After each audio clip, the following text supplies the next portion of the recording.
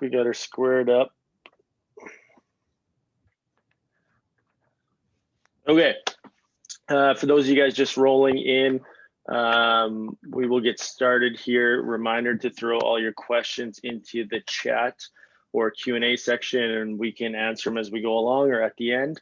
My name is Chris King. I am part of Golden Ticket Sports here, hosting the speaker series for Basketball Saskatchewan. Today, a colleague of mine, friend of mine, Steve Burrows, who's been at the University of Regina men's basketball program now for, this will be the 9th season, Steve, is that correct? Coming up. 9th season. He's took the Cougars back into the postseason the last 5 seasons, advancing to the quarterfinals in 16, 18, and 19. And they have been top 6 in 2 of the last 3 years in 2017, 18, and 18, 19. And the program will surely take another step forward this next year. So Coach today is talking about offensive concepts and idea. Steve, welcome to the panel. Appreciate it. Thanks, Chris. It's good to, thanks for the opportunity. It's good to be here. Chris and I are working on a different project together right now that, we'll see how that unfolds, but it's going to be good too. I know like the rest of us is looking forward to getting back onto the court. I know he's done a great job with his team and they got national tournament aspirations. I won't put any pressure on him. We'll just say national tournament aspirations. Right. So hopefully, like I said, hopefully for the rest of us, I'd like to get back on sooner rather than later. But in the meantime, it's been great in terms of the amount of sharing that has gone on over the last number of months, and I guess over a year now, to tell you the truth. Sadly, it's been that long, but through platforms like this and many others that have been able to share the game and listen to other coaches and hear their ideas and what they might think or what they might do and how they look at things and how they go about things. And it's been great in terms of being able to take advantage of that. And honestly, it'd be one of the things that I hope continues when we do come out of this, the amount of sharing that has gone on. It's been fabulous. I know tomorrow I'm on one with Steve Kerr that's presenting on the power of coaching. So if any of you are on that one, don't compare it to this one because tomorrow's will be way better. It's gonna be even, Coach. Even. For sure. I am looking forward to that one. As Chris mentioned, we're going to talk about offense mostly today, but and please, as it goes along here, let me put your questions in the chat. Chris can moderate those, and we can we'll stop and answer any questions that come along. But what I'm going to mostly talk about here is 5 out, and we made this decision as a staff a couple of years back. I'm going to use a couple of years as we'll just refer to last year as the last year we were playing, just so that everybody knows what we're talking about. So we've been doing it for 2 years, and we did that for a variety of reasons. And I understand, and I'll get to those reasons, and I do understand that there'll be, for some of you, that it won't fit in terms of maybe your own beliefs and how you want to, how you think you want to go about things on the offensive side of the ball. But, the great thing about our game is that there's many different ways to do things, and all those different ways you can be successful. Maybe you can take 1 or 2 things out of this that will maybe help you. Maybe it's a ball screen look or a different concept or idea, maybe something that you maybe thought about before, but maybe you're looking at it in a different way. I know that for us and for me in particular through this time, I've gone back and I've watched a lot of different video and a lot of different, not just on us, but a lot of different other teams trying to just gain maybe it's a possession or 2 here and there. I know for our team last year, we were in a 1 possession game in the last minute 9 different times. So obviously, if we can find a couple things, that maybe will help us, win a couple more of those games and get onto the right side of some of those games. That's what, that's kind of what I was trying to do. Obviously, I went back and I looked at some of the stuff that we had done and that we're going to continue to do going forward. But obviously, this is not stuff that we created. This is stuff that's been taken from, as I said, watching a lot of different video, looking at different teams, whether it's, some NBA teams, the Raptors, Denver, Milwaukee, Boston, San Antonio, Miami in the bubble last year. Their spacing, their cutting, their ball movement was exceptional. And then obviously we can learn a lot from what's happening in international basketball. I spent some time over there with a couple coaches and watching and looking at how they're doing things. Their ball movement and spacing is really special. And then obviously we got to watch a lot of college basketball this year, which was great for the fan out there. Baylor and Gonzaga were, I guess my opinion, we're head and shoulders, we're clear of the rest of those teams. I guess Gonzaga squeaked by UCLA in the semi, but those 2 teams were the 2 most efficient offensive teams in the country. And what I'm going to show today is our stuff. Lots of clips of us, kind of doing, kind of going through our, what we're trying to do and get across, I guess, the main ideas of what we're doing. And then obviously we're going to look at a little bit of some international stuff. And then I clipped up some of Baylor and Gonzaga just so we can look at some of the teams that do it at a very high level. So Chris, can you see my screen here? Are we good there? I don't have it up yet, but to give it try a screen share. Not yet, Steve.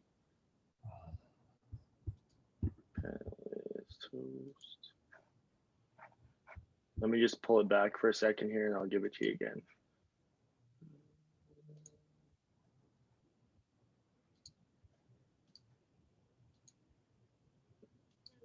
Okay, try screen share now.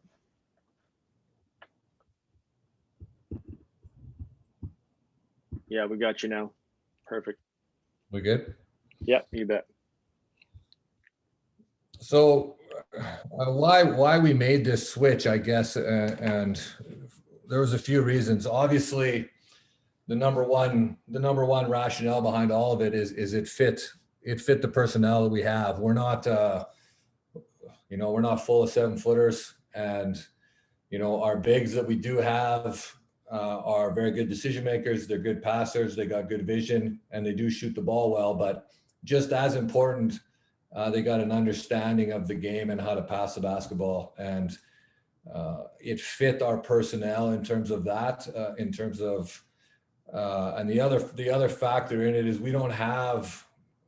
And like I said, if maybe I had this guy, then maybe I would be looking at things differently. The James Harden type that you can just go into a high ball screen every single time down the floor, more or less, and then allow him to be ball dominant and make plays with it. And we simply just don't have that guy. So in terms of, I guess, my own beliefs in terms of maybe I'm not sure at the college level that is maybe sustainable over the long term, but this does fit our personnel a little bit better.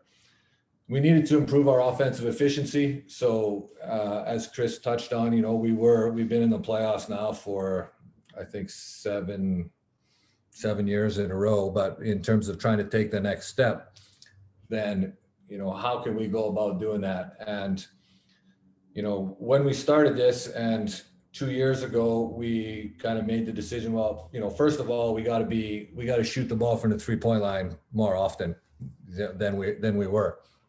And so, that was the first step, and then how to go about doing that. Now, the challenge with us, and I guess 2 things have happened. In the course of the last 2 years, and I think there's a little bit more on the next slide, but we have accomplished that. We're taking more shots and we're taking more threes. 2 years ago, we did a better job of getting to the free throw line. Last year, we did not do a very good job of getting to the free throw line. And so as a result, I think our offensive efficiency dropped a little bit. We also need to do a better job in terms of our percentage from the three.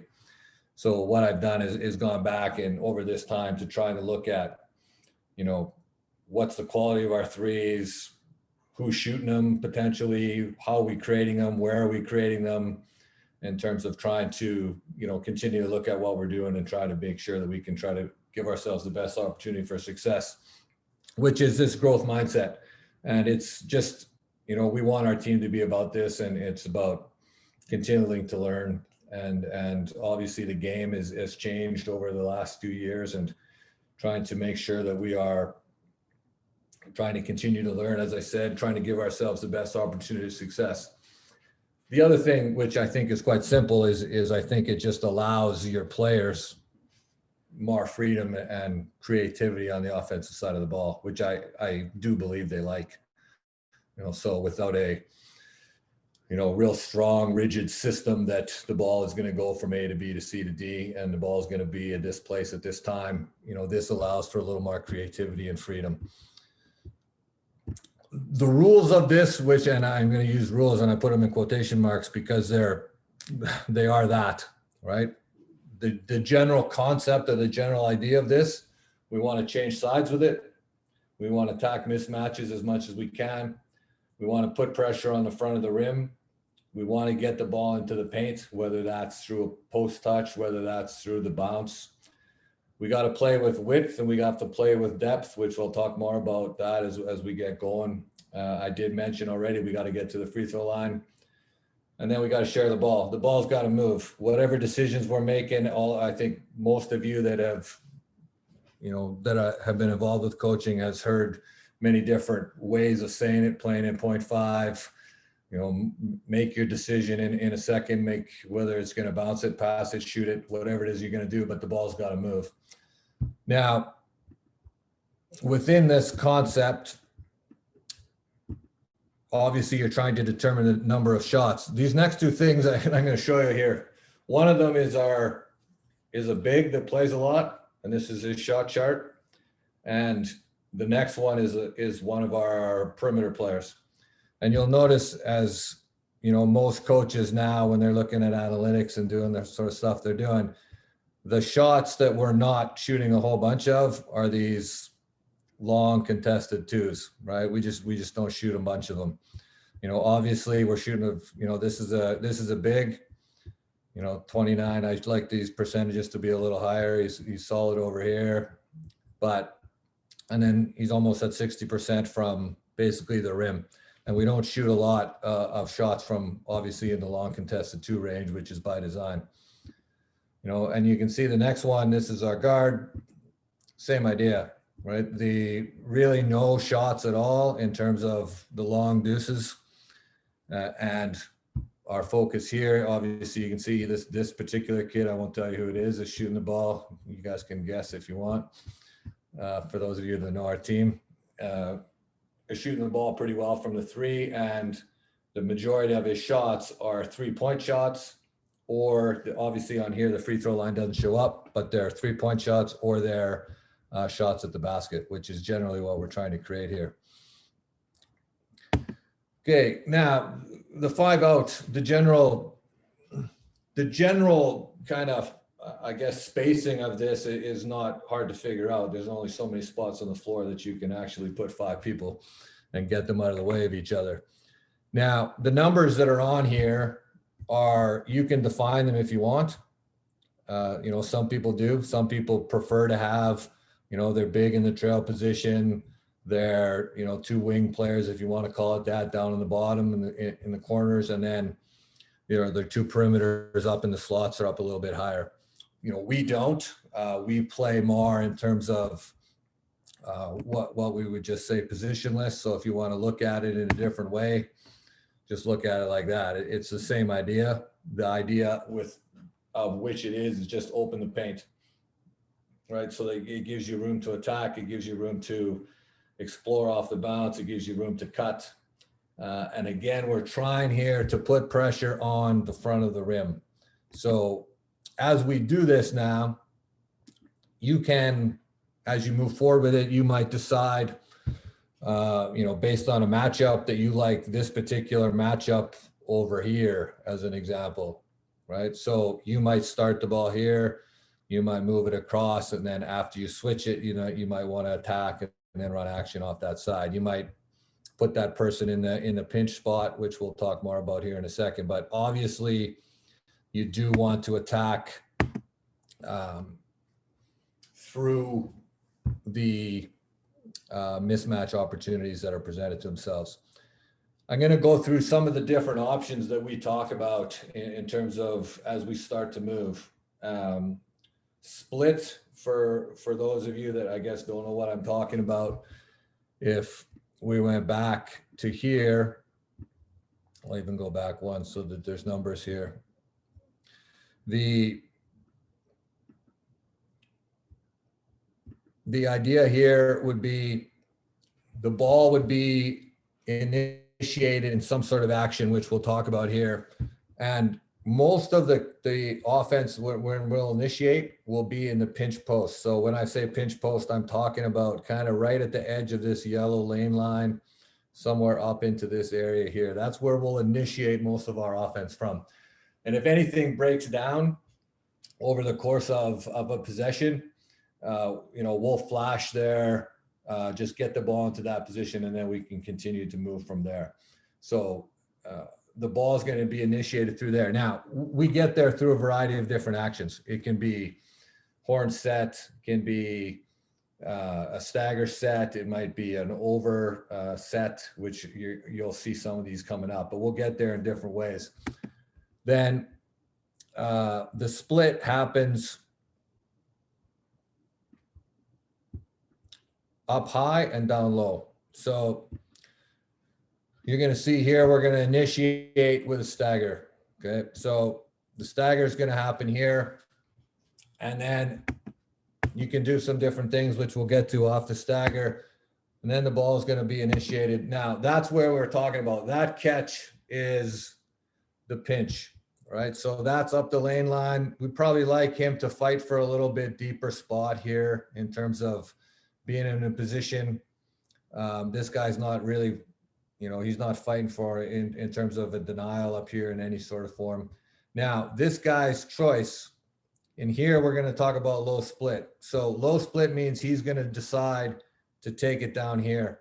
And then down there, we can get a back screen. We can set a flex screen. We can back cut. We can curl. We can pin. We can exchange. That's just off the low split. Obviously, he doesn't have to go that direction, right? He can go in another direction if he chooses. He can ball screen in the middle if he wants to. None of this is called, okay? None of this is called, right? It's taken us a while to get there, to tell you the truth. You can decide and you can call some action if you want to. We don't, not very often anyway. But the ball will come down now. You'll see we'll get an exchange down here at the bottom. You can set that up. You can back cut this. Lots of times here you'll get a switch. Sometimes the guys are, they might want to stay, but we're going to come up. And then this can be, this is obviously, I guess as I break this down a little bit, it's not really done at a high level in terms of, the DHO wasn't great. But this guy goes under. Now he gets a little bit of a rub.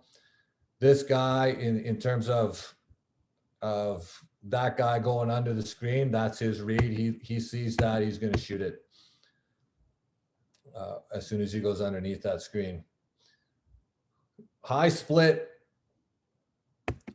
Okay, so here we go off in terms of what we call just a single and away cut.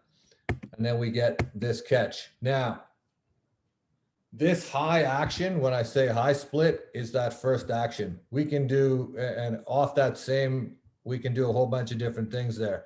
If he wants to go down off the off of the high split and ball screen, he can. If he wants to go down here and pin, he can. If he wants to cut to the rim, he can. So this time he just kind of spaces.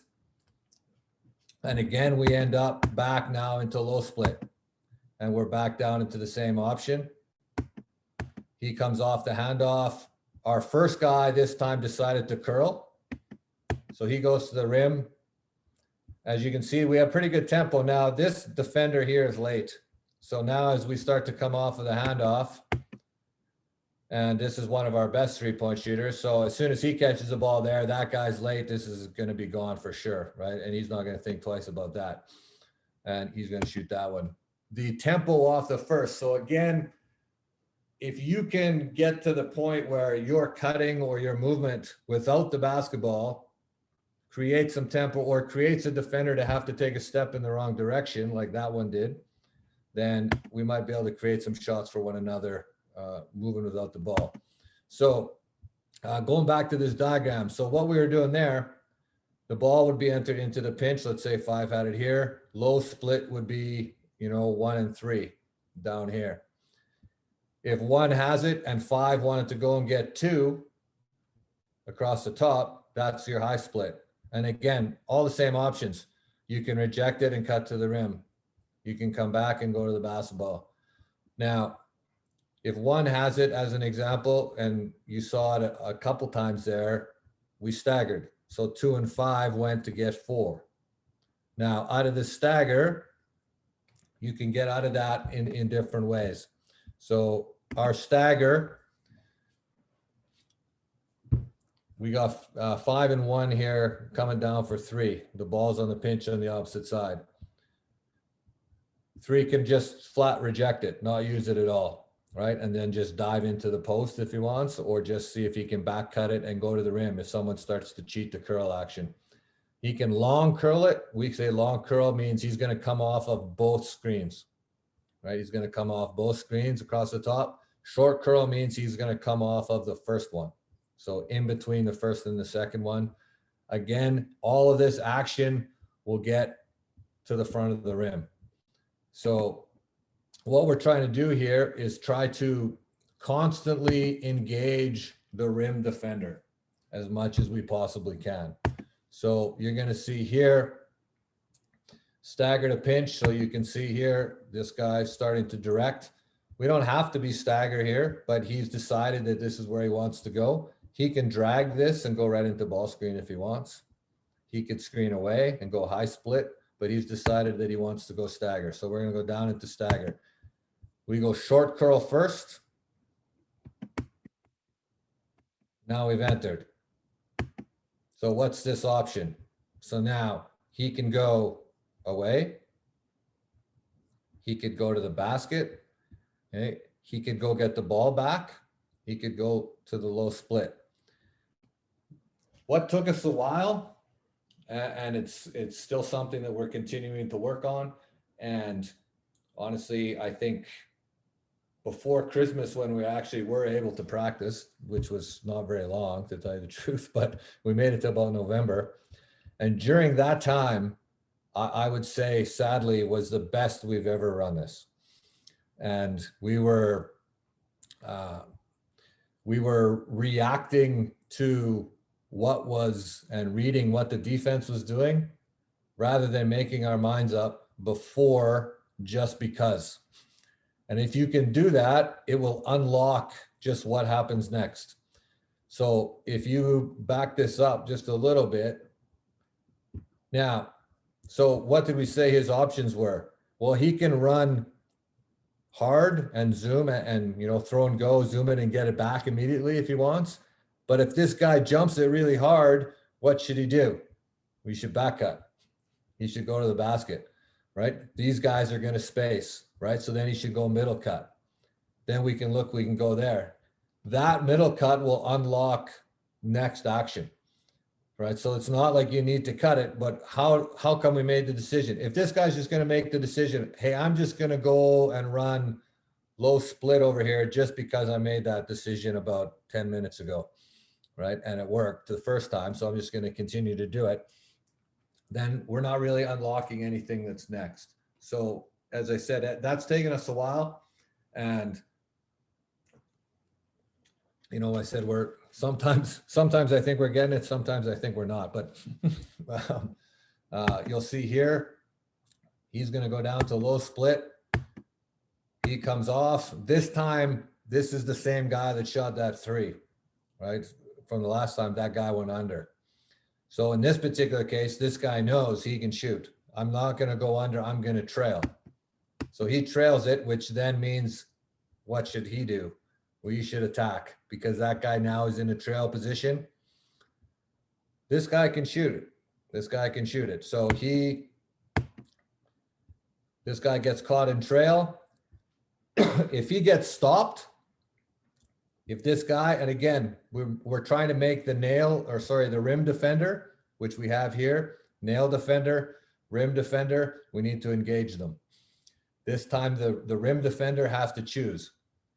If he comes over here and stops the basketball, then the decision for the ball carrier has to mean he has to throw it. And he's got to throw that to the corner and pitch it, and then we play off that. But you have to get stopped. Nobody stops him, so he goes to the basket. We said stagger, and for lack of a better terminology, just so that you just know what I'm talking about here. And as I said, if there's not, please let me know. We just refer to this as over, right? Some people call it Iverson action. I think he was the first one that, for those of you, I'm dating myself now with him, but straight across the top. And again, straight across the top, then we're going to enter to the pinch. So we're going straight over here. This guy's read. This guy is coming to the corner. So we're just exchanging those two guys. We're going to enter to the pinch. Now you can see him here starting to take a peek at what this defender is doing. So he's in a trail. How come he's in a trail? Again, the ability to shoot the basketball creates different opportunities for you. He can shoot the basketball. He decides, because he's in trail, he's just going to curl out to the basket.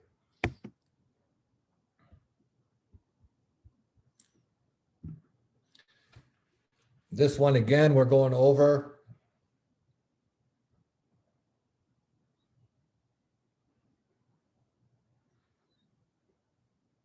You can see here, so what's going to happen? He's going to go through the corner. He's going to run the over action across the top. We've entered it. Right? And again, he decides to curl. Now we got options here. So what do we have? We have kind of a two-man game that we could play here. This could be a flare, right? If this guy spaces to the corner, if he decides not to curl and he's spaced out, we could throw it here, and then this guy could zoom and get it back. Right? We could throw it here, and then he can zoom and get it back, and then he can look to attack. We don't really get, and when I say we don't have great spacing on an exit, which means if you run your cut, which he does, and doesn't get it, now he's got to exit, and he's got to get himself back out and spaced. Spacing, and I'm going to talk about it a lot. Spacing is not static. Spacing does not mean that you get to the three-point line and stand on a spot, okay? And you can say, well, coach, I'm spaced to the three-point line, but you have a responsibility when you're out there. Good spacing allows you to cut.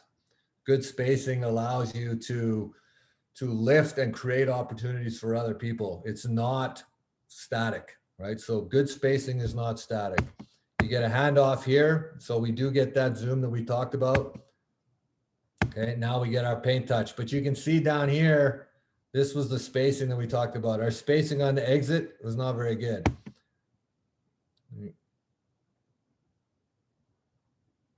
Okay, and we kind of get away with it, but our spacing was not great in terms of what it created for us at the end of it.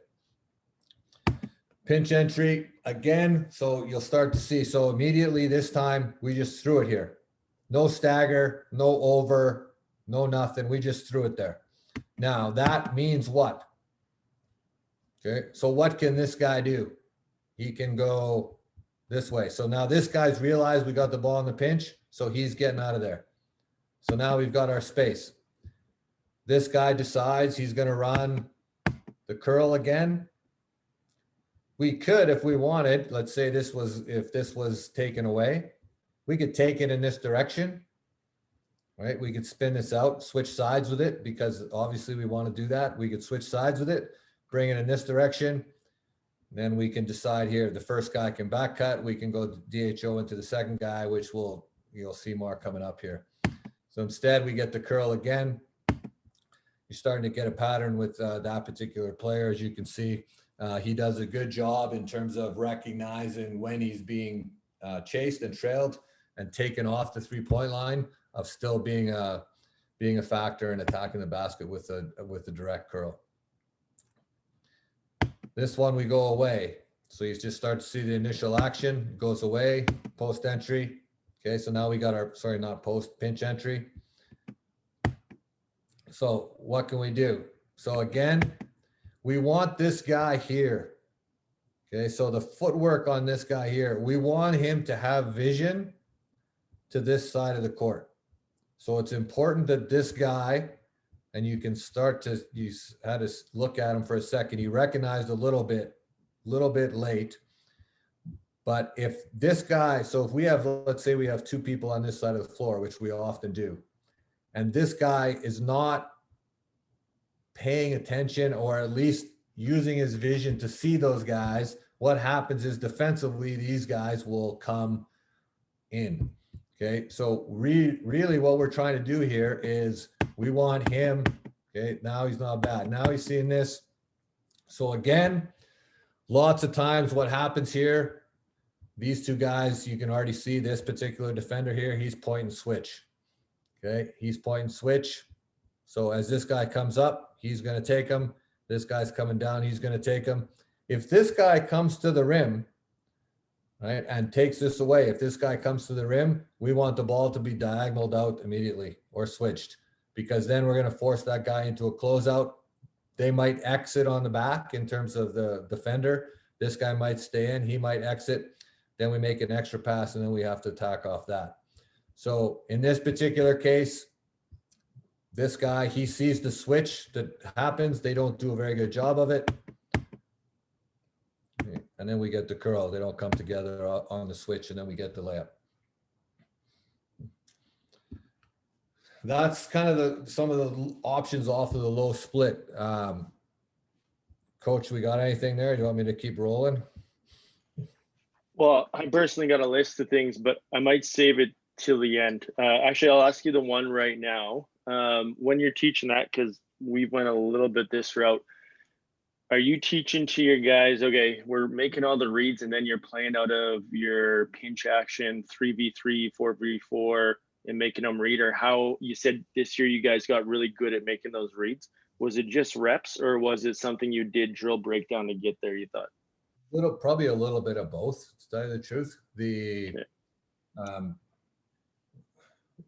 We found it, and I think it's a little bit of a, obviously personnel based, but we're getting there to the point where we can talk about that scenario that we just did, the back cut on the switch. Yeah. So let's say there's so we'll set up a different scenario in terms of, okay, we've entered the ball to the pinch, and then we're going to go low split, and then we're just going to play off the low split, right? And then we'll set that scenario, and then make, not say, okay, well, we're going to curl it, not right. That. I'm just going to say, okay, we're going to go pinch entry, low split, right? Space away, and then we're going to play off the low split. And then depending on how people choose to guard this, and depending how we might choose to guard it, it might present itself with different actions. And then we talk about, how, and how is more important. We say that a lot, like, what they think, a lot of time it's wrapped up in, how, I guess trying to take personal judgment out of it in terms of what they thought was a good shot, or what they thought was the right decision. But, how are they thinking about that? What went into that in terms of this decision? And this was, this one's very easy. you know, and then said, this guy's point and switch, right? And he's just waiting there because he doesn't want to go down. He's point and switch, right? And again, if this guy was over 2 steps, then our read is throw it out there. Right. Throw it out there. So it's a little bit of both. I don't know if that answers your question. Now, Yeah, but. no, it definitely does. Another one, since I'm asking, I'm going to be greedy here. You got downhill on the DHO. You showed him taking it right to the rim. When you go downhill in the middle off your ball screen or your DHO, opposite baseline, are they always holding in your system, or do you baseline cut that sometimes depending on the defender? No, we do. We baseline. If we're coming off the baseline, or sorry, off the 45, then we'll baseline them. Right. Okay. If we're coming off if we're baselining it, then we'll 45 it. Yeah. Okay. That's what I thought. That clip your guys held their spacing pretty good on the perimeter. I just didn't know if that was. Now there's, you know, if you know, we do have, and we've done it very rarely, to tell you the truth, and we probably should do it more. It's some of this part of what I'm looking at is to, you know, you might have people in your system that you're not super happy about, you know, they'll shoot a 3, but are you really happy with them shooting a 3? If the other team's happy with them shooting a 3, then you probably shouldn't be shooting a 3. Yeah. So maybe those people you designate, and I know some people, when they do this, they cut all the time. Right. If you're out there, whether you're 45 or your baseline and you're that person, then you're cutting. Yeah, that's your role. Almost like a dunker spot kind of thing. Exactly. That's what you're doing. Okay. So we can do that a lot, but and that's where I think part of that is into that spacing, where I said, like, if you're not spaced, that one clip I showed where we didn't exit very well, you can't do anything there because you're not in a position to actually make any kind of decision in terms of either space to the 3 or cutting to the rim if someone turns their head, because we had just lousy spacing. So we weren't allowed to, we took that option away for ourselves. Right. No, that's great. We'll keep rolling on this. This is good stuff. So middle cut. So we saw the stagger, and then we went into the low split, right? So, and I've touched on it already. And so let's say the ball was reversed. We went 1, 5, 2.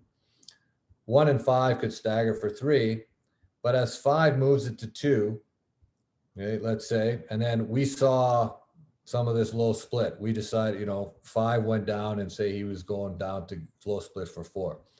But we made reference already. What if 5's defender jumps, right, and gets in the way of that cut? Where should he go? And again, we're trying not to make up our minds, but he should go to the basket. Okay. And if you're a shooter, as an example, and maybe you're running action for a DHO, or maybe you're running off of where you're able to catch and shoot that, the back cut, if this area, then this yellow area is open, then we have to utilize it. And if we cut sometimes, the sheer act of the cut, even though you might not get it, it might bring these guys in, right? It might bring these guys in, right? And that's where we say, and that's how we refer, okay? Width, sideline to sideline, width, but we also have to play with depth. We have to play north-south, right? And sometimes we are guilty. We'll play this way a lot. We'll flip it 1, 5, 2, 4, 4, 2, 5, 1. We haven't accomplished anything, right? The ball just got moved across the top. We can say, well, coach, we were totally spaced, and you can stand these 5 people in these spots, and you can flip the ball across, right, and around the perimeter and accomplish nothing, right? It still has to move width, east-west, and it still has to move north-south. In the middle option, so as we said, the ball is going to get passed across the top, or it just gets entered. And then the person here decides, instead of going away, instead of setting the ball, instead of moving down, he dives to the basket. So what this looks like, same thing. We said he can go over, right? We can go over, he could go away, or as he starts to make his cut towards the over, towards the low split, to the curl, he changes his mind because his defender, not because he just felt like it, because there's actually a rationale behind it. If you ask the person, why did you go that way? Well, because my defender jumped me. Defender jumped in the way, so I made the decision to go middle. He can cut middle. So let's say we have the ball, right? The ball, so let's maybe he's here. Okay, the ball's at 5. He cuts middle. We'll trap screen here with 1 so that he can exit, right? Or, right, this might be flex again, and you'll see some different action off the back. We do a pretty good job this time. Right? Okay, so now he's flipped it. He switched sides with it. So now we went stagger. Right? He rejected the first stagger. Pops back up. Okay, now we entered it. So now what's his reads? Okay, well, he can go away. This time he decides to go middle. Doesn't really get it. Now, not bad though, because if we wanted, we have engaged this defender, right? We have engaged this defender. So if we wanted, we could throw it there, right? We could throw a diagonal and then force this guy into a close, and then we attack that close. We decide though, we're going to keep it, and then we're going to send a little pinch, right, for down across the baseline. Again, in terms of the tempo of this, it's difficult to do well in terms of a defensively. Okay, you're switching that. Right, what are you going to do? We pinch that. They mess that up. He just chases that guy because he's a shooter. Right, and then we end up with a slip under the basket. These two guys over here do a good job of not standing. Right, do a good job of not standing. They're in exchange over here, and really all that does is you can see these two guys are locked up on the backside of this. Right, and they're not really paying attention to what's happening over here, which gives us an easy one under the rim. Middle cut. Perfect timing on that too with the weak side. Right. Same thing again. We went stagger, reject, enter. Okay, now he went middle. So now this one we'll continue. This particular one, he doesn't come at all. This guy's locked up here. This guy's locked up here. So he's going to exit. So he kind of recognizes oh, maybe I should be setting a screen here, or he just forgets, which is quite possible with him. And then so we get really nothing there, but we just throw it there. Okay. Now, so now he got it. Now we'll just continue. So now he just decides we'll go down. We'll just have to empty side ball screen. And then we just play pick and roll on that side of the court, right? So same action, right? Off of the same thing, and a pretty good read. This one, as the ball came down the court, right? As we said, one of the options as the ball comes down the court is you can ball screen, right? You just immediately ball screen. You don't have to go. So this side, he goes here, comes off it, and then there's our pinch. We're still in good space. Now, this guy makes a real good read here. He throws a pinch, cuts middle, right? And again, we get the layup. If we have, again, if this defender here is really early and in, our read is diagonal, right? And then we throw it opposite.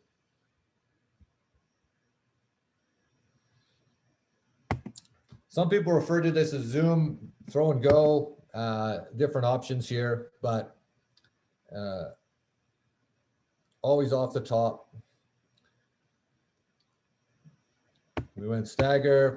He just pops. Now, so what did we say this guy's options were? And I'm just trying to, hopefully you can start to get a sense. These two should be spaced. This guy, don't crowd this. Get down here in space. What's his options? Away, ball screen, over, right? Whatever he wants to do. Or he can beat this guy to the ball. He just threw it there. Just beat him there and get it back. Just beat him there and get it back and then attack. Right, so he gets it back immediately. We said this guy, this is exactly the same guy. I think this might have been the same game. This guy went under again, right? And if he goes under again, he's going to shoot it again.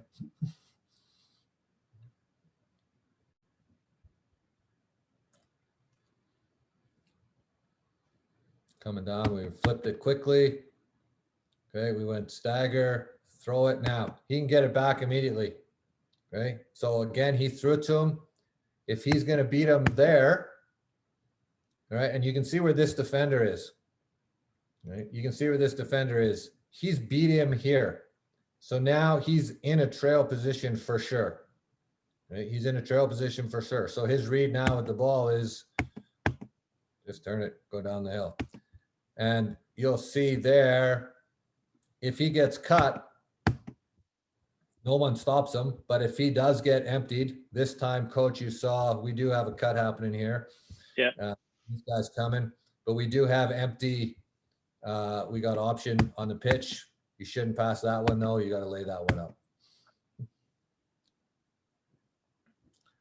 This one kind of pushed hard. I think we're an over. Okay, so he goes through. Now, we kind of looked at this one before in terms of this set. We could throw it to this guy right now, and then he can zoom it and he can get it back immediately because this guy's going to turn his head to get there. The same thing happens, remember? So if we throw this here, he spaces. If he throws this here and this guy jumps that really hard, right, and doesn't allow him to get it back, where is he going? He's going to the basket, right? And he's going into the middle cut, and then we got the same thing happening, right, that we talked about before. So in this particular one, he doesn't throw it. He throws it opposite. Now, he could go ball screen there if he wanted, right? But in this particular case,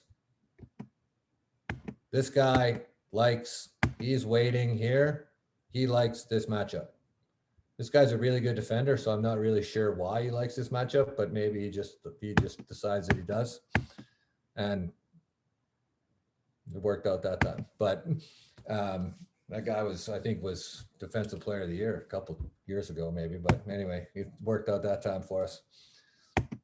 Now, obviously there's a lot of different stuff there, right? So, please, if there's stuff in that you want some clarification on, let me know.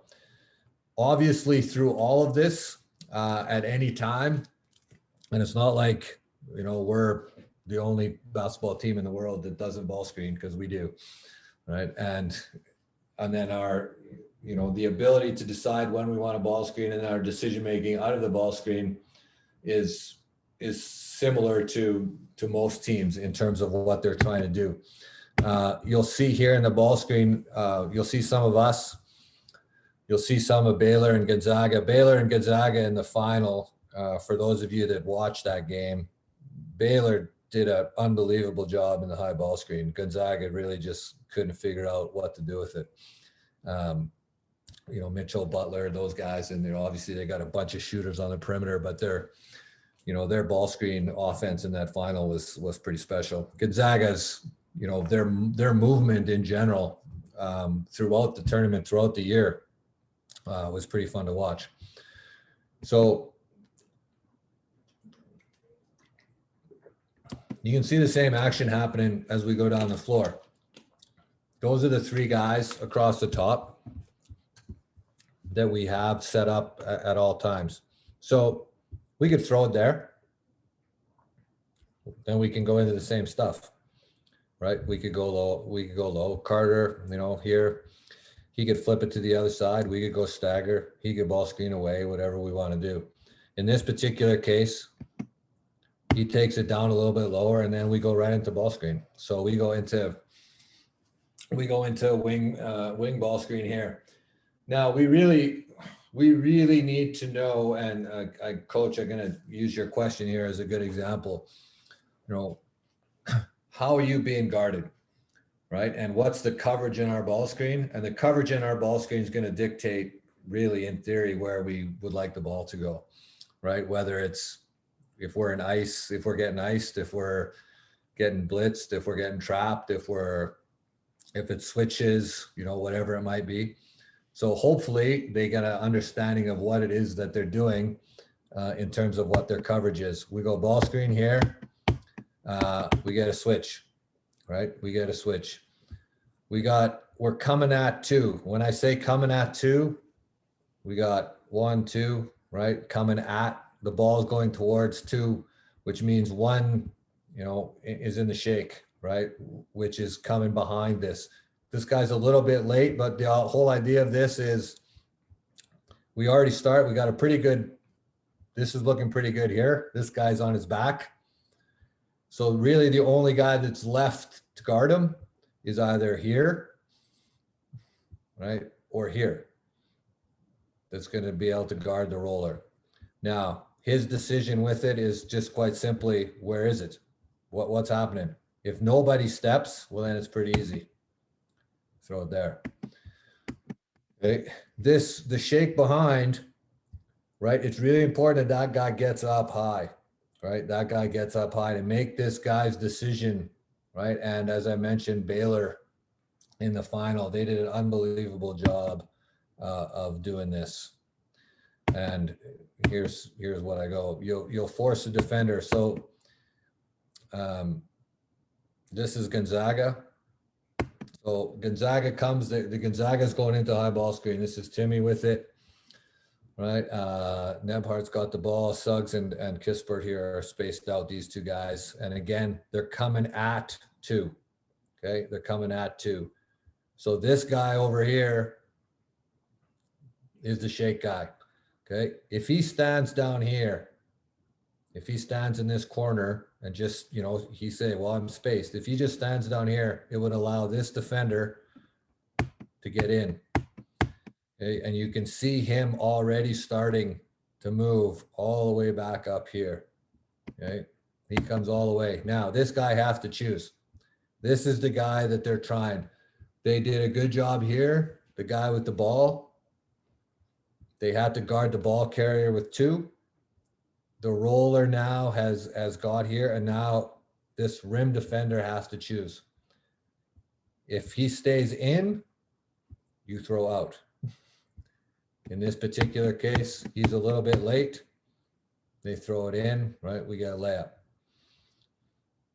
Here's us, right? Again, to go back, typically, as you're going to watch Baylor and some of these international ones, that's done at a much higher level than what we're doing it at, unfortunately. We go high ball screen. He rejects it. So again, we're in a position here where we're coming at 2. So, but you'll see the problem here is this guy, our guy on this side of the court. Where do we want him? We prefer him to be up here, almost higher than the referee, right? Up into this area, because his defender, although we actually get there, right? He's allowed to be in here, right? And actually be able to guard 2. If this guy's up here, it's in a much easier decision. So we're a little bit low there. We get away with it. We'd like that guy to be low. When we're iced, when we're trapped, when we're, even on a blitz sometimes, or a high show, depending on your terminology, whatever it might be, right? We want to go short roll. As we said, the advantage or some of the rationale behind why we do some of this stuff is that we think our bigs can pass the ball. This one is from a couple years ago. This in this particular case, this big doesn't do a good job. He comes in, they trap this, and then he leaves.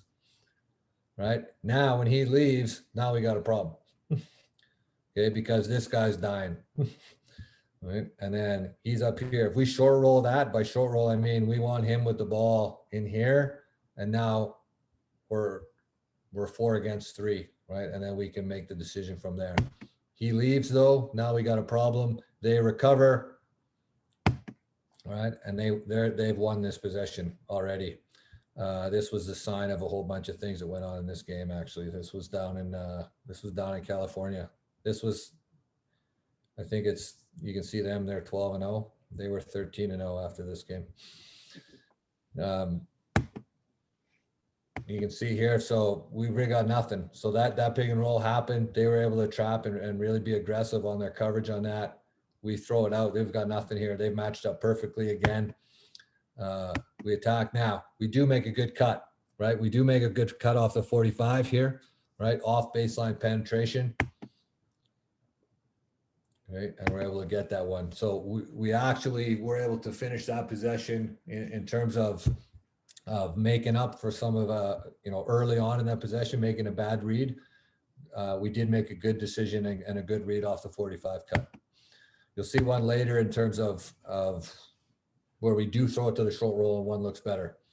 Here's a good example again of just one that just is not done very well, right? And we're coming down the floor in transition, okay? And then we decide, okay, we're gonna go right the ball, okay? We're gonna go right the ball. They switch it. We have nothing there. So we didn't put any kind of pressure on there whatsoever, right? And if you think of and watch this possession in terms of how many times the ball gets into the paint and how many times we get to help, right? And by getting to help, we actually involve two defenders. So first one, nothing. Second one, nothing. Across. Now you can say, okay, well, you have to switch sides with it. We've switched it twice, right? But again, in terms of attacking north-south, we've not done it at all. We've put no pressure on the front of the rim whatsoever. We're going to try again. Not done well. Right? Our spacing now, not done well again. Okay, we end up down here. Okay, and I actually think they called a foul on that, which was like this, the coach was upset about it, and he should be. So you can see there that's a good example there of really bad spacing, no pressure on the paint, no pressure on the rim whatsoever. Now let's watch some good ones. Okay. As I said, Baylor and Gonzaga. Baylor's job, if you can take a couple things out of here, I'm going to show you a couple different sets that Baylor does and Gonzaga does. We don't do them, but we're going to do them. So you want to talk about how you're going to learn from other teams? There's a couple things that Gonzaga did and a couple things that Baylor did that we don't do. It's based out of the same kind of formation, but you watch how they get into it. So he's going to run kind of a short curl, if you want to call it that, shallow cut out to the other side of the court. They go handoff, ball screen. Handoff. So shallow cut, handoff, ball screen. What's going to happen? He's going to come here. Shooter.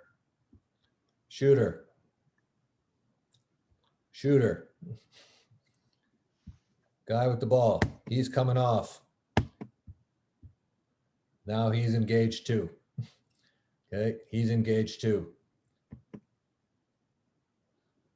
Right, so that was the first one. And actually, I think it was 11-4.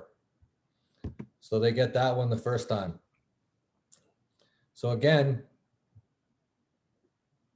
if it ain't broke, don't fix it. Shallow cut. Can't quite get it to him because, this guy jumps out and denied. So what do? Just ball screen. Just ball screen it then. Just ball screen it. You can see how hard this guy is denying this. This guy's going to be a lottery pick, right? He comes off. Now, what happens? You've got the exact same spacing that we talked about. This guy is already, if you want to call him in the shake position, well, he's already up. Shooter. What has to happen? He has to choose. Dunk. Okay, great spacing everywhere. Here they go again.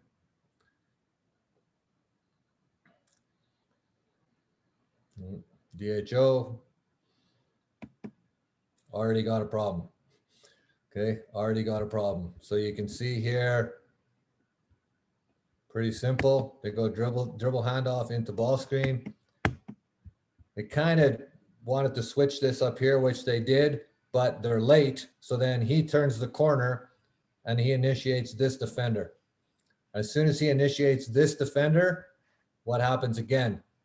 We got interchange on the back, shooter here, shooter, comes to the basket, easy lob. He's just playing 2-on-1 with the big guy, right?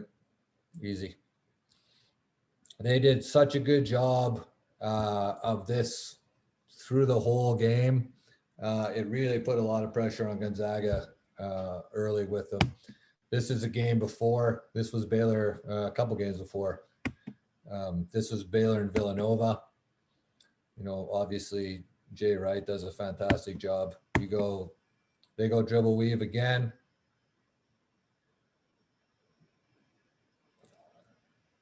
Okay, 1, 2, step. Okay, so now again, what's going to happen? Same action. He's coming at 2. He's coming at 2. 1, 2, shooter. Okay, and again, this guy's in the shake. Empty. Okay.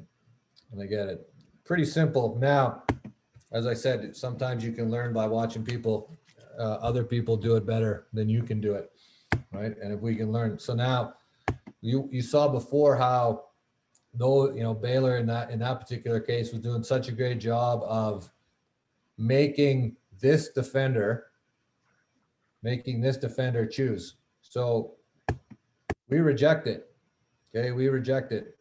So now, in theory, what's our action here? Okay, this guy's going to roll. This guy's going to roll, and we want this defender to have to guard the roll. But what's happening here? Okay, well, we haven't got anywhere yet. He's here. He's here. So we have a little bit of a switch. Okay, now we throw it out. So they've really defeated the pick and roll. Okay, because they kind of switched it. Nothing happened, right? We didn't get any kind of overlap. We didn't get the defense in terms of what we just saw a second ago of what Baylor was doing in terms of getting to 2 guys. You know, so now we come here, right? We really got nothing. Again, nothing. No paint. Again, nothing. Shot clock's dead. And we just shoot it. It goes in. And if you're playing offense like that, you know, I guess there's a minute left in the game here. So we must have done something better than that during the course of that game. Because that possession, if you're playing possessions like that for the course of the whole game, it's not going to go well for you. Now, this is the international, right? As I said, you can really, the tempo, let's watch just the tempo of which they play. And this is just a high ball screen. Okay, so now he comes off. Watch the movement though, right? So this guy's going to put pressure here. And then that's such a good pass, right? If you can, I guess if you're playing with guys that are this skilled, then maybe some of your stuff is very easy. But he throws this out, okay? And that's such a great find. But it's also set up by everybody doing their job. This guy shakes, okay, he fills behind. This guy rolls hard, and by him rolling hard, it engages this defender. And the guy with the ball, he realizes that he's in. Okay, and his decision here is, as you can see his eyes, he's got this defender engaged here, and he throws it out. They do a much better job, I would say, in terms of just on a consistent basis. And one of the things that when I did spend a little time over there, in terms of one of the things that I did take back is this fill. And the team that does it best in our country, and they do a lot of things better than everybody in our country, is Carleton. And they do this better than anybody that we've played against in the last few years. And that's put pressure on, whether it's through a matchup, whether it's through ball screen, putting pressure down the hill and then throwing it back, right, into the fill behind to the top, right? And you'll see here, there's a pick and roll happening. Okay, now this defender was the rim. He has to stop the ball, right? He has to stop the ball. What's your rotation on the back when you think of the 2 defenders that are left on the back? This defender stops the ball. What does he do? He has to drop to cover 2, right, on the back. lots of times the teams will just keep these two guys here. They'll throw it out. And then what do we always say? Just make an extra pass to the top, right? You just go here, these defenders. So, you know, you throw it here, this defender goes, then we make an extra pass, right? And we try to get a shot. They do it a little bit differently. They go all the way here. Okay. And then he throws it all the way out to the top. Okay. And then look how open he is. Same idea. He rolls. This guy who was down here guarding there, he's guarding the ball. He has to drop to cover the corner shooter. This guy lifts to the top.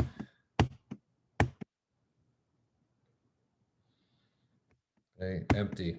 Okay, again, just to kind of look at similar action, as I said, Gonzaga is very efficient. Watch them do more or less the same thing. Suggs is going to be, if he's not a top 5 pick, I'd be pretty shocked. Number 1, they go high ball screen, but watch these 3 guys. 1, 2, 3. He comes. Watch how far this guy comes behind. Okay, so he comes behind, he lifts, and then what happens here? Right, this guy again has to pick. Right, he has to pick. If he didn't throw it there, he can throw it there easy. Right, because this guy's is way in.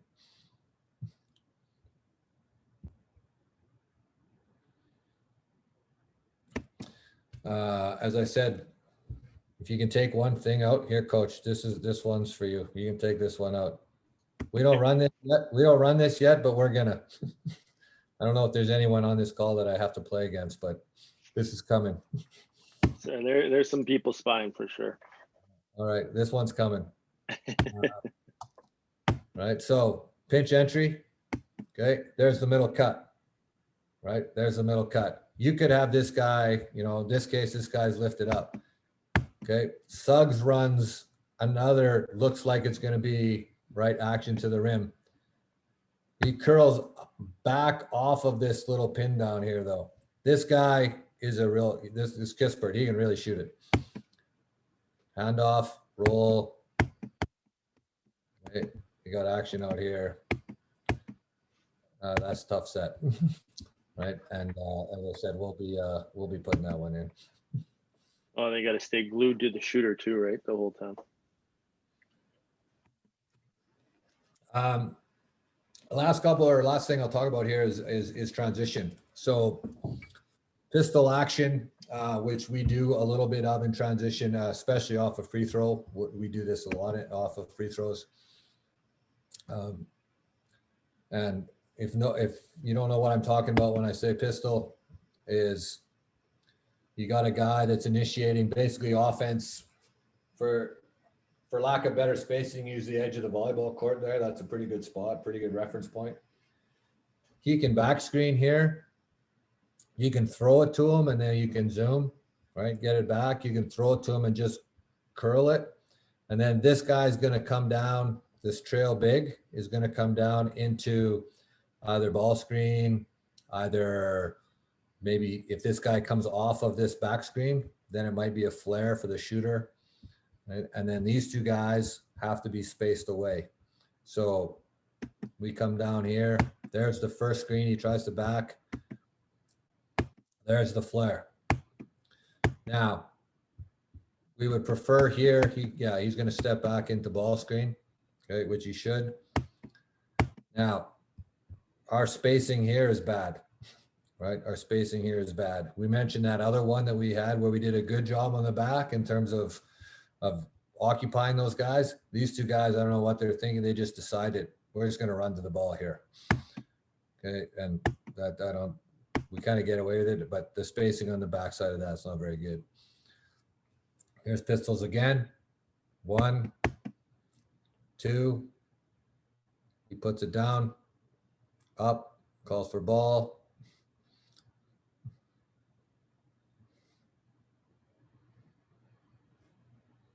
Now, in terms of, I liked a lot of this possession. I like everything up until, we got our paint touch, and we would call that a paint touch in terms of putting pressure down here via this post catch. Then we run this cut off of it. We get that one, and then we throw it out. Now, this would be a 3-point shot that I would and it goes in, right? And it goes in, and this would be one of the ones that I would question. Okay, we have to make an extra pass here. For one, this guy is this guy doesn't play for me anymore, so I can say it. This guy's a better 3-point shooter, right? And even if he isn't, we have to make an extra pass here, because this guy's going to rotate down. This one is just going to be, that's the whole, everyone talks about it. You can see this guy, he's already starting to run there because he actually thinks it's going to get past there. And this is the whole good to great. Coaches talk about this all the time. That's a good shot, right? We created that off of good offense. That's a great one, right? If we make an extra one there. He was looking for the ball too. Was. We do want here, and I'm gonna. He knows it if he's watched. He's heard me say this many times. This is one of our big guys here, and the danger of when you're someone like him that has had success from the 3-point line. He led the country. I don't know if he led the country. He led Canada West. He shot 44% from the 3-point line a couple of years ago. So he's a very capable 3-point shooter. But here, he needs to help the other 4 guys by running to the rim, right? By running to the rim, right? And he doesn't, right? And you can see this if you watch this again on the way down. We want him to run to the rim because it does 2 things. If he runs to the rim there, this guy's defender will have to guard him.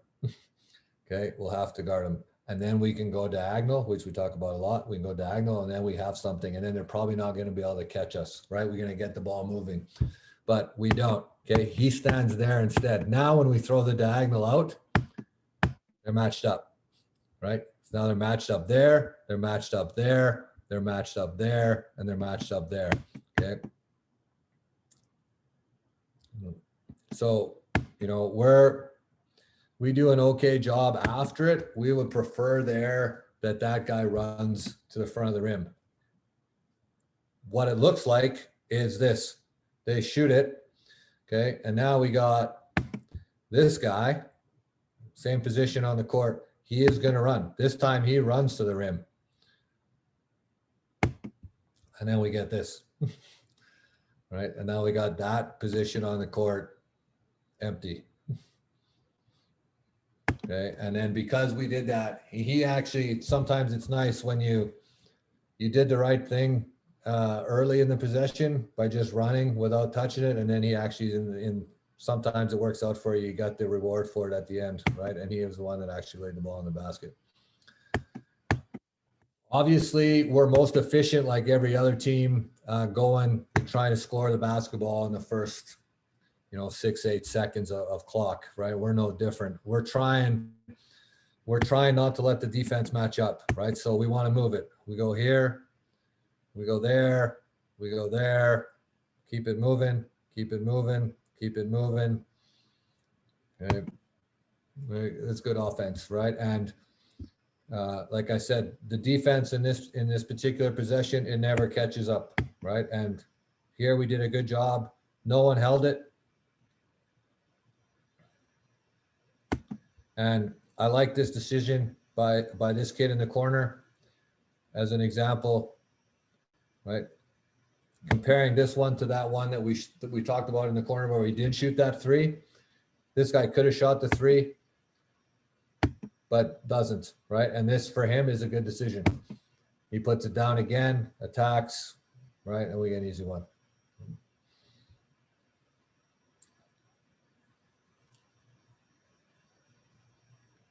Right, we're going now. Again, this happens to be our one of our guards, but we don't care who brings it.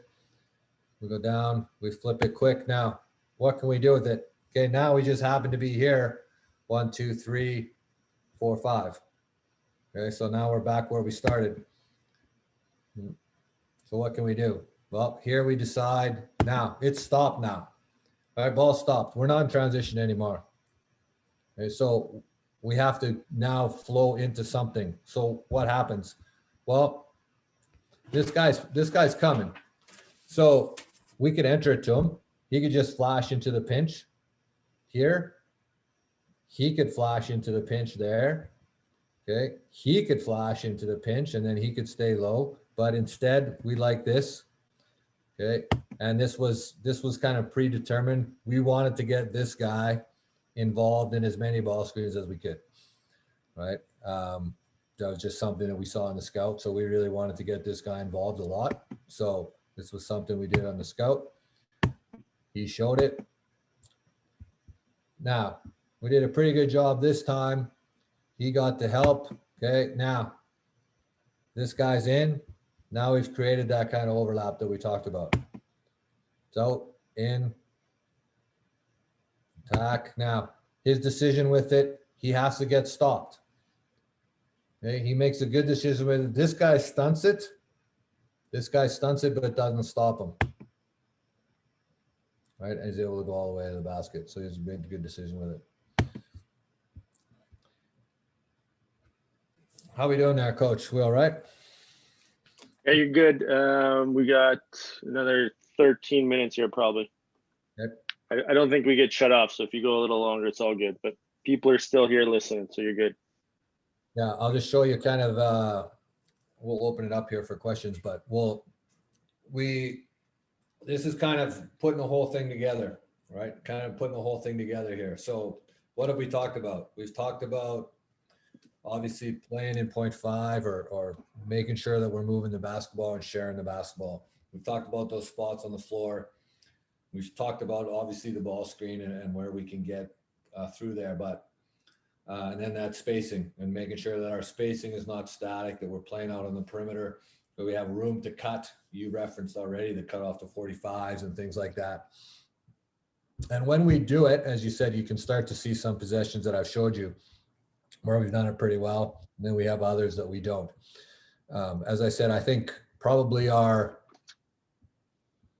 before November, or into November there when we were doing it, we probably, in terms of the tempo of which we were doing it and the reads we were making, was probably at the highest level that we've ever done it.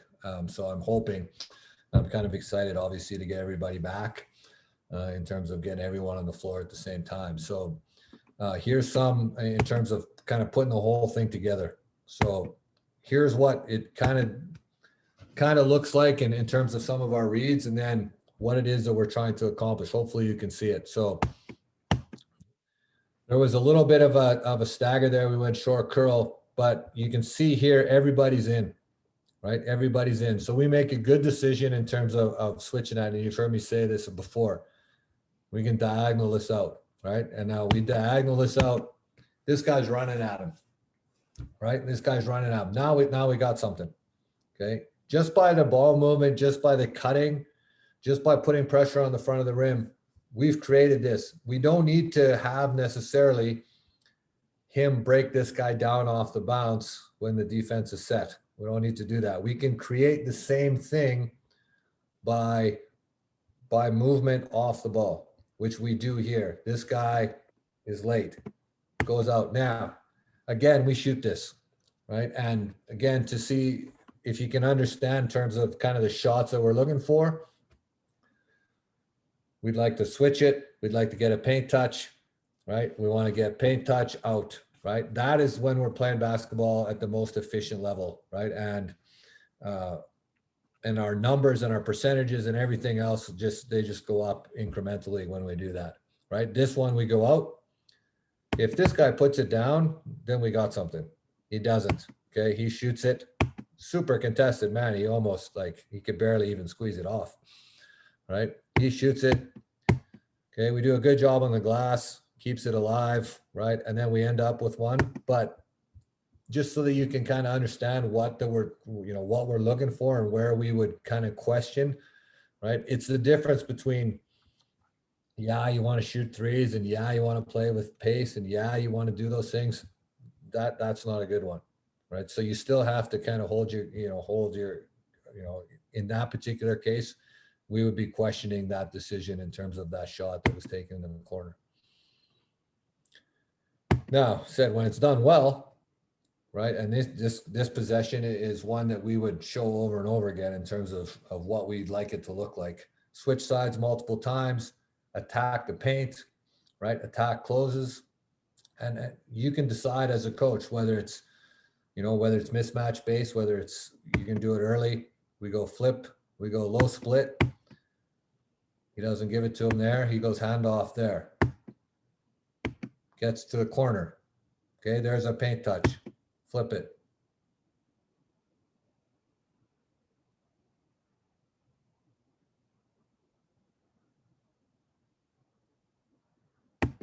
Okay, as you see, and that's why I said when it's done well, it looks nice. And this would be a possession that we would be that we would show over and over again. You see a lot of the stuff that we've talked about. So this just initiates here, it goes down into low split. He can give it to him. He can curl. We've done all that sort of stuff already. We've looked at some of those options. He doesn't, keeps it. Down, penetrate, puts it down, reverse, extra pass.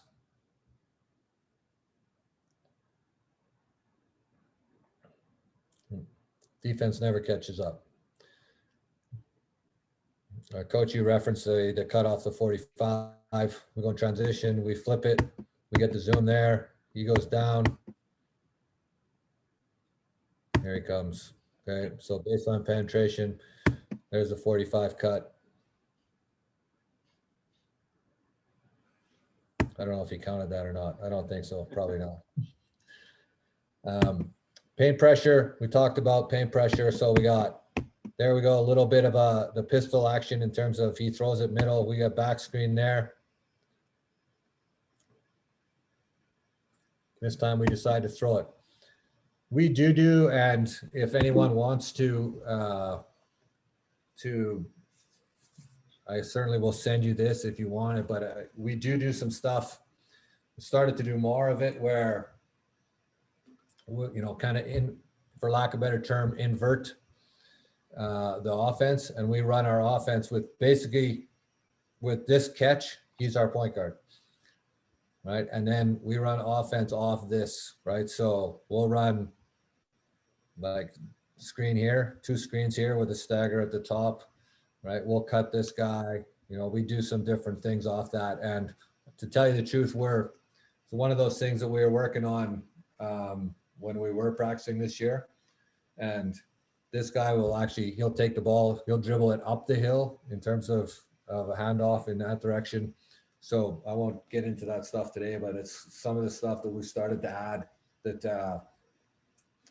like I said, all of these guys on the court here, all these guys pretty much, almost all of them through the video none of them have left. So these guys are all still here. So hopefully we can just continue to layer things on to what we're doing.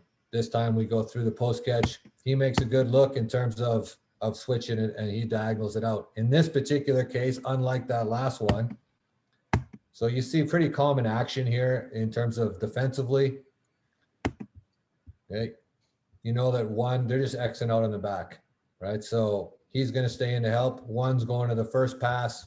He's going to X out back to the second one. Okay, they do a good job, but he's closing. So now we attack it. Right. And that was set up by, as we said, paint pressure through this catch. Okay, and then he throws that out. Now, if he really likes this matchup, then he should be, going to work on that guy too. But he throws that out diagonal. We force the X. He attacks that. Right, and we get the layup on the backside. Okay, which is done pretty well. This one, you can see here, this is a baseline on a bounce set, but it comes up.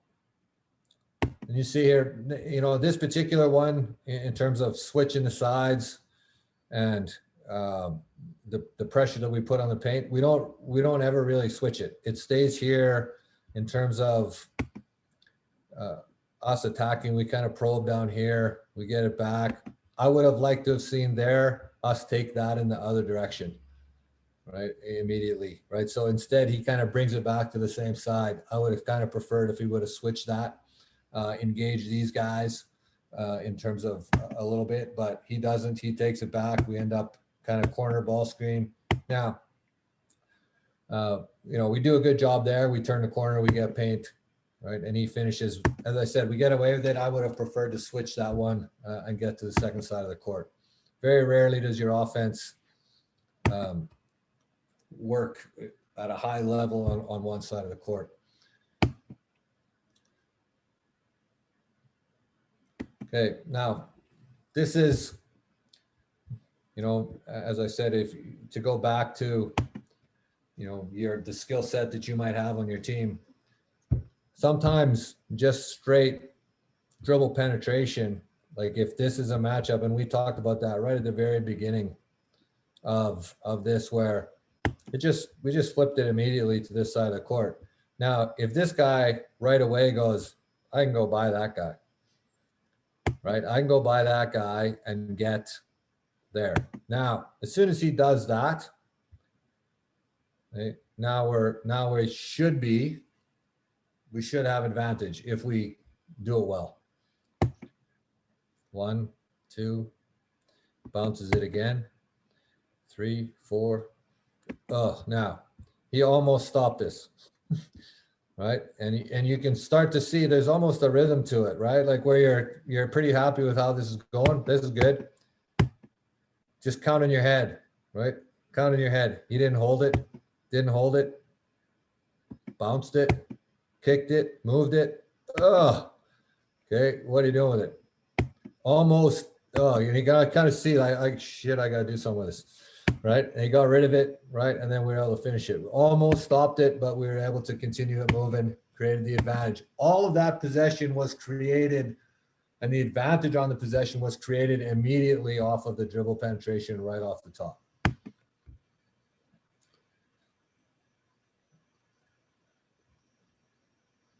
Now, I think this was one that we mentioned, the short roll. So we go 1, we flip it. Okay, we're gonna go into ball screen. We go handoff, ball screen. Okay, now we get they kind of show here. So we make a good read with it right there, right? And we throw that short roll. This time it's available. Remember we talked about that one earlier on where it wasn't, our big kind of left us. Now, he can make a decision here if he likes what he's got at the basket. He throws it out. We do a good job though. Watch us. Remember we made reference earlier in terms of making sure that we exit properly. And watch us guys, in terms of the guys that are involved on the first side, watch him exit. Short roll out. Watch this guy.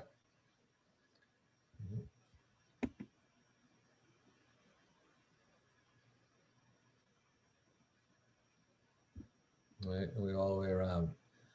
So short roll out, exit,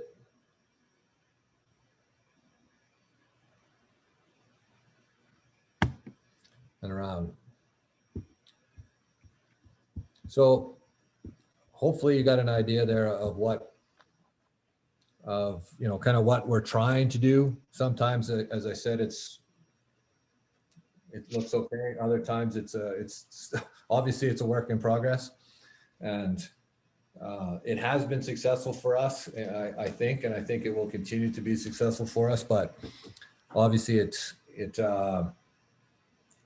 you referenced it, Chris, already. I think we've gotten better at making reads and understanding situations and how we're being played, and that's helped. That's helped us versus having to dictate our movement, dictate where the ball goes and how it's going to get there. I think that we have done a bit better job of that. So I guess I'll stop in terms of any of that unless there's some questions, but fire away.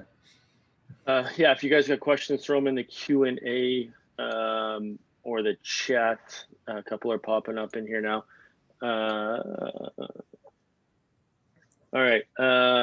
So question from Jocko. Roles, playmakers, finishers, shooters, screeners. Do you define the roles within the freedom? so that the ball is in the right hands? You kind of touched on that a little bit. The wrong guys were taking a couple of those shots. Yeah. Do you do that, or the players define that as the season goes? A little of both. Like, it's funny how the ball, if you do it well, if you're doing it well and you saw a couple at the end you do well, the ball seems to find your best players, shockingly, right? When you do it well.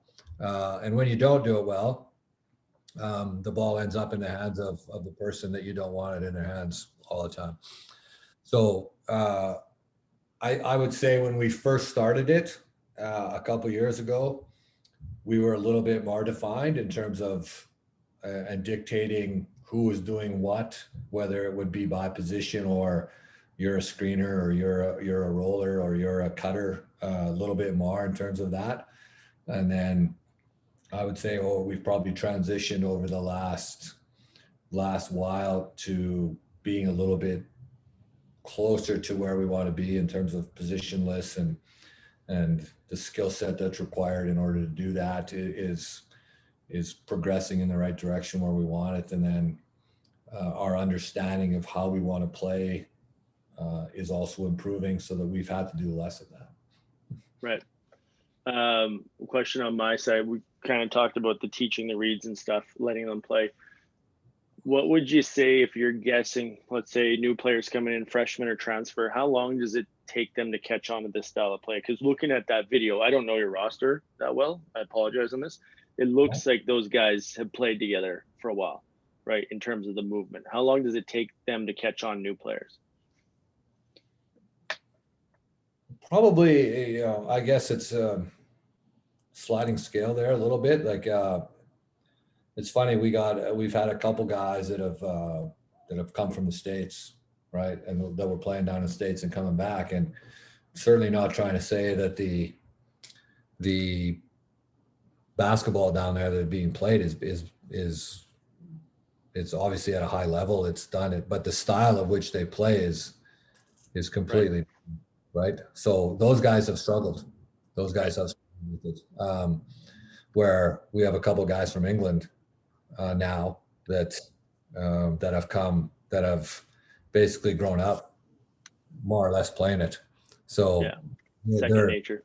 Yeah, they're way ahead of the curve in terms of where they're at, in terms of, and sometimes they get frustrated in terms of everybody else's understanding of where it is, because there's kind of understanding of it is at a high level. But it's not easy in terms of let's use high school. We you and I, everyone, all of us coached in a high school setting at one point, right? Or a team or a club team or whatever it is, and the tendency and the want to, everybody wants to win and everybody wants to do that. So what happens is, when you put the ball in the hands of your best player, okay, well, you're going to play pick and roll, or you're isolation, or you're playing that sort of basketball, and that might be dictated on just the people that they're playing with and trying to give that team the best chance to be successful, but yet at the same time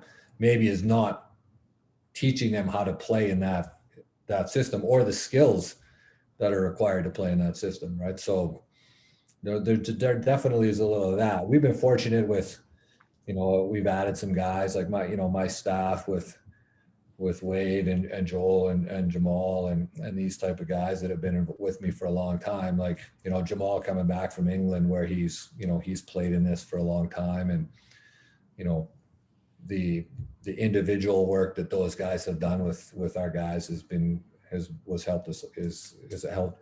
helped us a lot. Right. Okay. Dewar's asking, that's a good answer on that, because it is a sliding scale for sure with that. Dewar's asking if you can show the Baylor double handoff again. I think I still have you as a host. If you can even cue it up, we can catch it on the live replay. But if you can get to that section and screen share that would be great. Let's see what. Baylor double handoff into the mid ball screen. I don't want to do anything for Dewar. Holy jeez. Because he's a good guy. I haven't seen him for a long time. Hopefully he's doing well. Uh,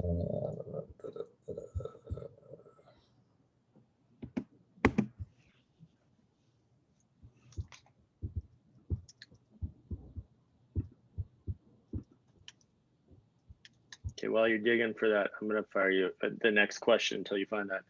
Can you talk about the patience and trust from the coach? Okay, go ahead. Show this clip and then we'll get to the question.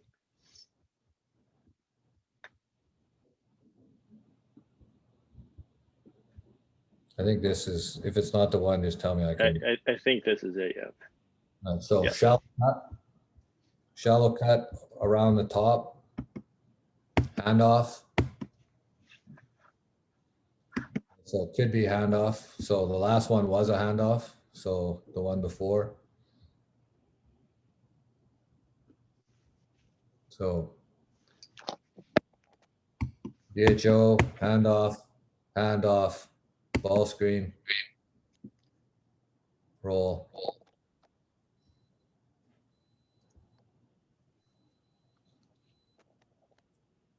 I could slow it down for him. I know it's for doer. He might need it in slow motion, but I can try to. I can't do it any slower. You can tell him. No, it's good. It's good. Handoff. Tries to be handoff. Go get it. Ball screen. Perfect. Okay, thank you. Okay, so when you're playing, once again, I think we dabbled into this at the beginning.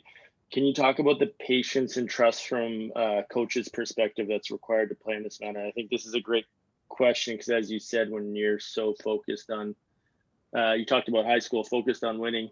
One thing I've learned is getting older, and I'm sure you the same thing. To play it the proper way, you have to give up so much, and it's got to happen. So, can you talk about your experience shifting to this style of play and that patience that it takes from you and your staff? It sounds like a question from my staff. It's probably it is for sure. It is, yeah. It probably is meant to be that I need to show more. Maybe I don't know.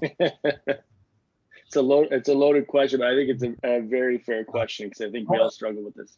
You know, the challenge for anything like this is that, you know, you do want to, obviously you have to, you play it, right? Whether you're playing 3v3 or 4v, you know, whatever it might be, but you start to play and you want to stop it all the time.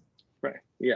Stop it all the time. And it's such a balance as we all know, right? And if you're doing that, you're just defeating the purpose. You're not accomplishing anything, right? So you do have to, you know, allow for the situations to kind of unfold and see what that situation might be so that you can then, or, you know, not just that you're seeing, but maybe that when you're asked the question, maybe they didn't even recognize it.